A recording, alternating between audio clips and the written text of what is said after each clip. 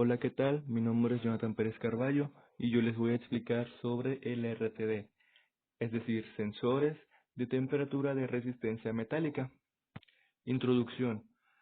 Antes que nada les voy a dar una breve introducción acerca del RTD. Como podemos ver en la parte izquierda de la imagen se encuentra el símbolo y en la parte derecha se encuentra el físico del RTD. Como podemos ver en la imagen, el físico puede ser ya sea una vara o puede ser un conector con punta.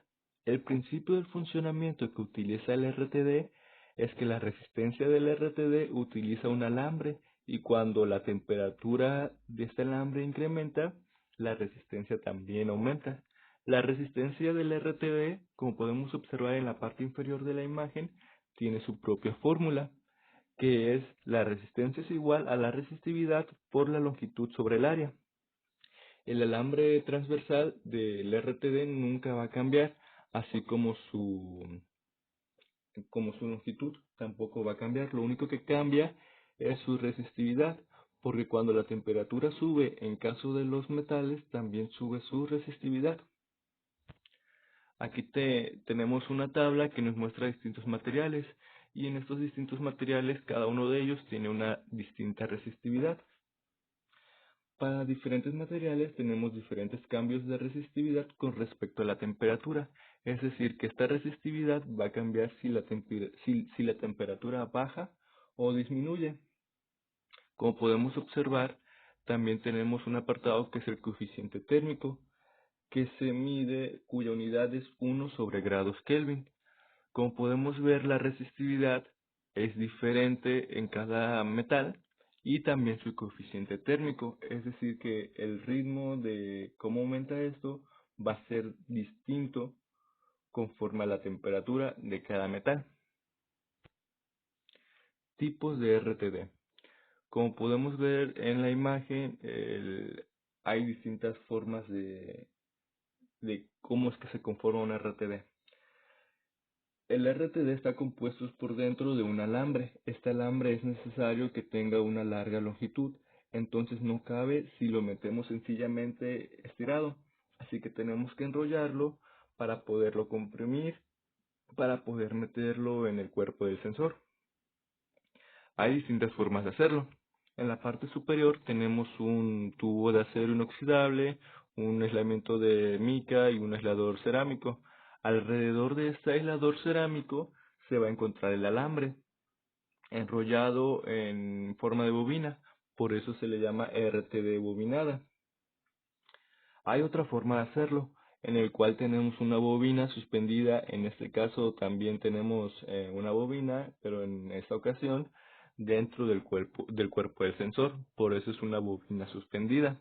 Y en el último caso, que es el de la derecha, es es una película metálica. Estos sensores son normalmente planos en su forma, entonces se dibuja un camino de metal y tiene una gran facilidad de absorber el calor.